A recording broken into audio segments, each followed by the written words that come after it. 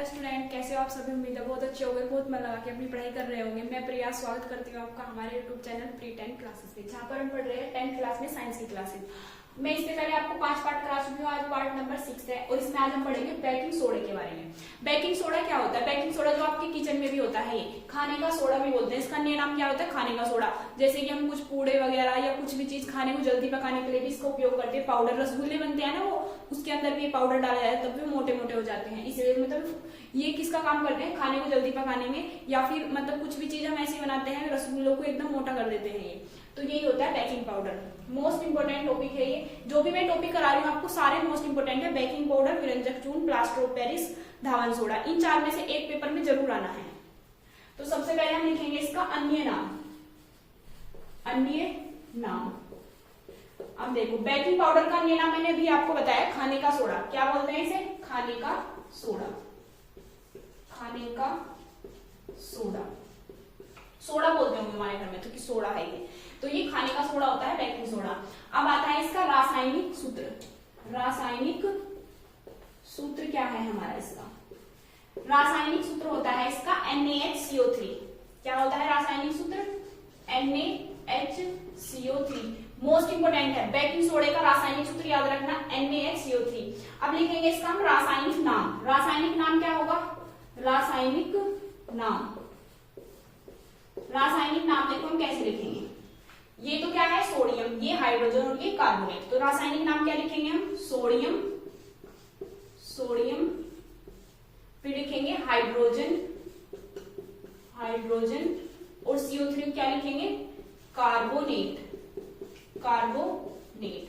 आप खुद भी बना सकते हो इसका सूत्र, सोडियम हाइड्रोजन कार्बोनेट। रासायनिक सूत्र हो गया। अब लिखेंगे हम इसे बनाने की विधि। क्या लिखेंगे? बनाने की विधि, किस तरीके से बनता है। अब देखो हमें बनाना क्या है, इसमें भी आपको पहले क्या करना पड़ेगा? समीकरण समझनी पड़ेगी। इसके लैंग्वेज में खुद भी लिख देंगे बना के। वैसे भी इसमें समीकरण ही पूछता है वो कि बेकिंग सोडा बनाने की रासायनिक समीकरण बताओ, विरंजक चूर्ण बनाने की समीकरण बताओ। तो समीकरण ही होती है, केमिस्ट्री में इसमें ज्यादा थ्योरी नहीं पूछी जाती।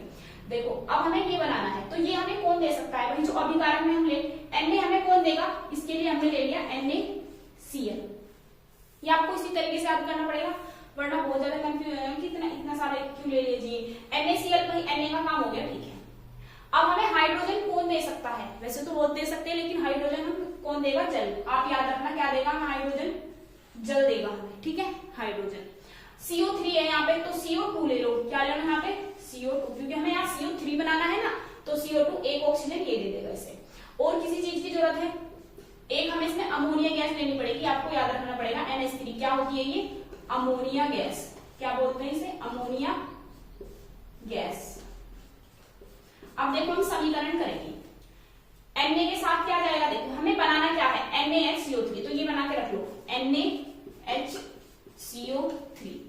Na ये रहा, H यहां से ले लिया, और CO2 था ना ये, तो एक ऑक्सीजन इसने दे दिया CO3, ये पूरा चला गया। यहाँ से एक हाइड्रोजन बचा है, केवल क्या बचा है? एक हाइड्रोजन। और यहाँ से क्या बचा है? Cl। ये हाइड्रोजन बचा हुआ यहाँ पे आ गया। NH3 था तो क्या हो गया? NH4। और वहां पे जो Cl बचा था ये आ गया यहाँ पे। समीकरण बहुत आसान तरीके से मैंने आपको बताई है। देखो हमें Na चाहिए, उसके लिए हमने NaCl ले लिया। H चाहिए, उसके लिए हमने जल ले लिया H2। हमें CO3 चाहिए, उसके लिए हमने CO2 ले लिया, और एक अमोनिया गैस लेनी पड़ेगी NH3। अब इनकी जब आपस में क्रिया करेंगे तो हमें NaCO3 बनाना है पहले। Na ये रहा, H यहाँ से 2H है, देखो H2 का मतलब है 2H, एक H ये, एक H ये। NaH और CO3 यहाँ, ये CO2 था ना, एक ऑक्सीजन इसके पास आ गया CO3। NaHCO3। अब एक H तो ये बच रहा है, एक Cl ये बच रहा, और ये है NH3। तो यहाँ से एक H और ले लिया हमने, ये 2H थे ना, एक H यहाँ पे आ गया NH4, और ये Cl भी इसके साथ आ गया। अब इसका नाम क्या है? इसका नाम है हमारा बेकिंग सोडा। क्या कहते हैं इसे? बेकिंग सोडा या फिर खाने का सोडा। और ये क्या है? Ammonium chloride. NH4 को कहते हैं अमोनियम। अमोनियम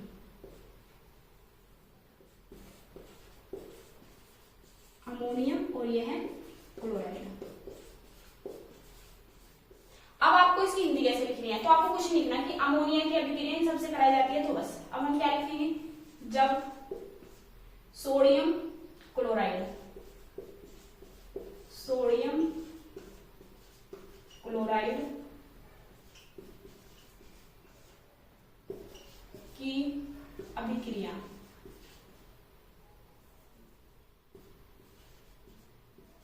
अभिक्रिया अमोनिया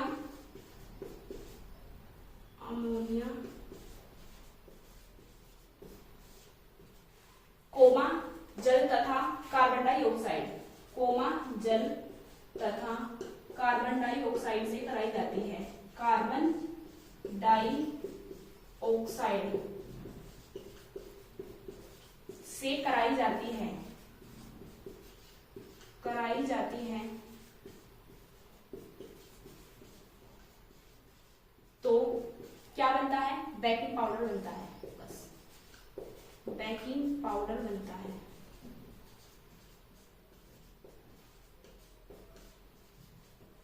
अब आप इसका स्क्रीनशॉट ले सकते हैं और नोट कर सकते हैं।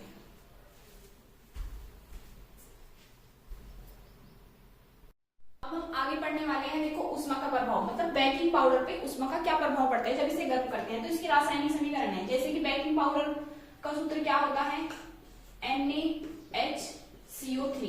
उष्मा मतलब यहाँ पे हमें इसे गर्म करना है, अगर ये साइन है तो इसका मतलब गर्म करने का साइन है। इसे गर्म करेंगे तो क्या होगा, हमें इसके 2 मोल ले लेंगे, हम कितने मोल ले लेंगे इसके 2, तो देखो क्या बनेगा, सोडियम कार्बोनेट Na2CO3 बनेगा प्लस, देखो 2 Na है और एक CO3 ले लिया हमने।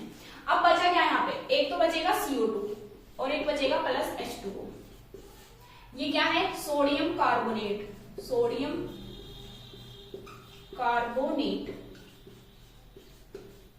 आप समीकरण समझो, देखो किस प्रकार में, यहाँ हमने इसके 2 मोल ले लिए तो यहाँ पे 2 ही सोडियम हो गए, 2 ही हाइड्रोजन हो गए, 2 ही कार्बन हो गए और 3 दूनी 6 क्या हो गए, ऑक्सीजन।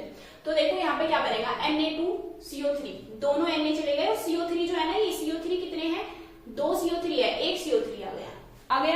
अब ये CO3 2 था तो 2 में से 1 तो यहाँ पे आ गया, अब 1 यहाँ से क्या निकल गया, मतलब 1 CO3 पूरा रह रहा है यहाँ पे, तो उसमें से CO2 चला गया, 1 ऑक्सीजन रह गया क्योंकि O कितने थे, 3 और 2 हाइड्रोजन है यहाँ पे, तो क्या बाहर निकल गया, H2O। ठीक है, अब आप देखोगे इसके उपयोग, बेकिंग सोडे के उपयोग, कोई भी 2 उपयोग याद कर लेना, मैंने 3 लिख दिए हैं, 2 उपयोग याद करना। देखो पहला उपयोग है, इसका उपयोग सोडा अम्ल अग्निशामक में भी किया जाता है, तो सोडा अम्ल जो होता है ना, इसका उपयोग अग्निशामक जो मतलब आग बुझाने के यंत्र होते हैं उसमें भी इसका उपयोग किया जाता है। नंबर 2, रसोई घर में इसका उपयोग भोजन को शीघ्र पकाने में भी किया जाता है। कोई चीज अगर पक नहीं रही है, जैसे छोले होते हैं, जो ऐसी चीज हम भिगो के बनाते हैं, उनको पकने के लिए जल्दी इसका उपयोग किया जाता है, किसका, बेकिंग पाउडर का। नंबर 3 क्या है, ये एंटीसिड का एक संगठक है, मतलब एंटीसिड का भी काम करता है ये इसकी प्रकृति कैसी है, क्षारीय होने के कारण यह पेट की अम्ल की अधिकता, जो पेट में अम्लता अधिक बन गई, जिसकी गैस मतलब वो एसिडिटी बन जाती है, बहुत ज्यादा अम्ल बन गया है उसके पेट में, तो उससे क्या है, उसकी अधिकता को उदासीन कर देती है ये। ठीक है, उदासीन कर देती है उससे क्रिया करके, क्योंकि उसके पेट में अम्ल बना हुआ है और यह क्षार आपस में भी क्रिया करके क्या बना लेंगे, लवण तथा जल, तो उदासीन कर देती है और उसे राहत देती है उसमें। अब आप इसका स्क्रीनशॉट ले सकते हो। और इससे अगले आने वाली क्लास में मैं आपको पढ़ाऊंगी धावत सोडा, मोस्ट इंपोर्टेंट है वो भी, उससे अगले में प्लास्टर होता है उसकी तरह, फिर आपका ये चैप्टर खत्म हो जाएगा, फिर मैं इसके एनसीईआरटी के पर्सन भी कराऊंगी। अब आप इसको नोट कर सकते हैं।